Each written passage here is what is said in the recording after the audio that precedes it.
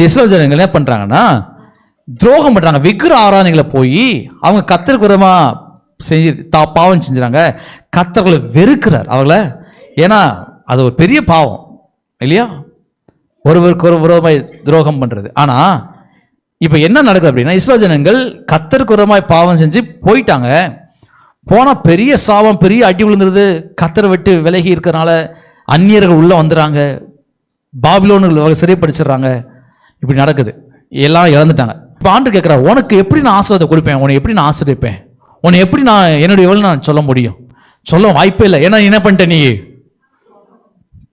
துரோகம் பண்ணிட்டியே, உன்னை எப்படி நான் ஏற்றுக்கிறது அப்படின்னு சொல்லிக்கிட்டு இருக்கும் பொழுது 19வது வசனம்,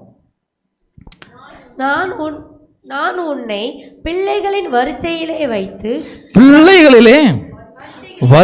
வைத்து ஜனக்கூட்டங்களுக்குள்ளே நல்ல சுதந்திரமாகிய தேசத்தை உனக்கு கொடுப்பது எப்படி நான் கொடுக்க முடியும், உனக்கு எப்படி நான் ஆசிரியப்பேன், நீ முன்னாடி உன்னை எப்படி நான் நேசிப்பேன் கேட்கிறார் ஆண்டு கேள்வியை.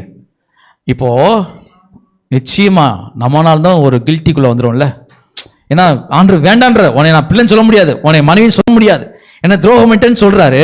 அப்படி சொல்லிட்டு இருக்கும் பொழுது இந்த அம்மா இந்த இஸ்ரவேல் என்கிற ஜனம், ஆனாலும் எல்லாரும் சேர்ந்து வாசிங்க, ஆனாலும் நீ என்னை நோக்கி என் பிதாவே என்று அழைப்பாய், நீ என்னை விட்டு விலகுவதில்லை என்று சொன்னேன்.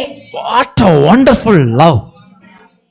இவ்வளவு துரோகம் பண்ணி இவ்வளவு அட்டூழியம் பண்ண இஸ்ரவேல் ஜனங்கள் ஆண்டரை பார்த்து ஒரு வார்த்தை சொன்னாங்களா, பிதாவே சொன்னாங்களா. ஆண்டு சொல்றா, உன்னை எப்படி நான் மறப்பேன், நீ எனக்கு துரோகம் பண்ணியிருந்தாலும் என்னன்னு சொல்லிட்ட, நீ என் பிதாவேன்னு சொல்லிட்டல, உன் பாவத்தில் அப்படியே மன்னிச்சுறேன், உன் பாவத்தை அப்படியே நான் கழுவிடுறேன், உன்னை மீண்டுமாக பாவமே செய்யாதவனை போல உன்னை ஏத்துக்கிறேன். So wonderful love. பிதாவே அப்படி சொல்றதுல இருக்கிற உறவை பத்தி பேசுறேன். இஸ்ரவேல் ஜனங்கள் அவ்வளவு துரோகம் பண்ணி இருக்கிறாங்க, அவ்வளவு ஒருவருக்கொருவர் தேவனுக்கு ஒருமாய் பாவம் செஞ்சு அந்நிய தேவட்ட போயிட்டாங்க. ஆனாலும் அவங்க தேவன் அவங்களை அடிச்சு அவங்களுக்கு தவறு பண்ணி அவங்க அந்நிய தேசத்துல போய் உணர்ந்து திரும்பி நினைச்சாங்க. வரும்போது சொல்றாங்க, ஆண்டவரே தயவு செய்து எங்களை அடிச்சிடாதீங்க. ஆண்டு சொல்ற, இல்ல இல்ல உனக்கு நான் தரமாட்டேன், உன்னை ஆசீர்வதிக்க மாட்டேன். ஒரே வார்த்தை, சத்தமா சொல்லுங்களேன், என் பிதாவே சொல்லுங்க, என் பிதாவே. அங்கதாங்க கர்த்தர் மன்னிக்கிறவருங்க.